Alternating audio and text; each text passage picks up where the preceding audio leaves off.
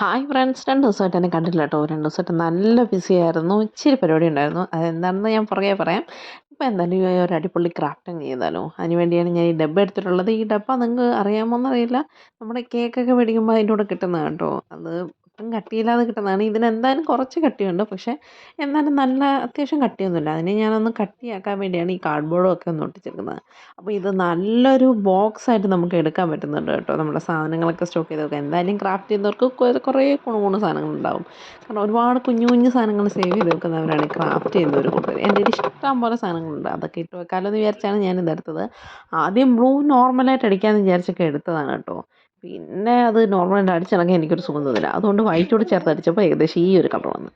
പിന്നെ അത് അത്യാവശ്യം ഡിസൈനൊക്കെ ചെയ്ത് കൊടുക്കാമെന്ന് വിചാരിച്ചു. പക്ഷേ ഈ പെയിൻറ്റ് വെച്ചുള്ള എഴുത്ത് എനിക്ക് ഒട്ടും സൂട്ടാവത്തില്ല. കാരണം എൻ്റെ ഹാൻഡ് റൈറ്റിംഗ് എങ്ങനെയൊക്കെയോ പോവും. ഹാപ്പി ക്രാഫ്റ്റ് എന്നൊക്കെയാണ് എഴുതിയത്. പക്ഷേ ഞാൻ എഴുതിയ സൈഡ് തിരിഞ്ഞു പോയി. കാരണം അപ്പുറമാണ് അതിൻ്റെ ഓപ്പണിങ് വരുന്നത്. ഓ, മൊത്തത്തിൽ പണിയായിരുന്നെങ്കിലും സംഭവം അടിപൊളിയായിട്ട് കിട്ടിയിട്ടുണ്ട് കേട്ടോ. അപ്പോൾ ഇഷ്ടപ്പെട്ടെന്ന് വിശ്വസിക്കുന്നു. ബൈ.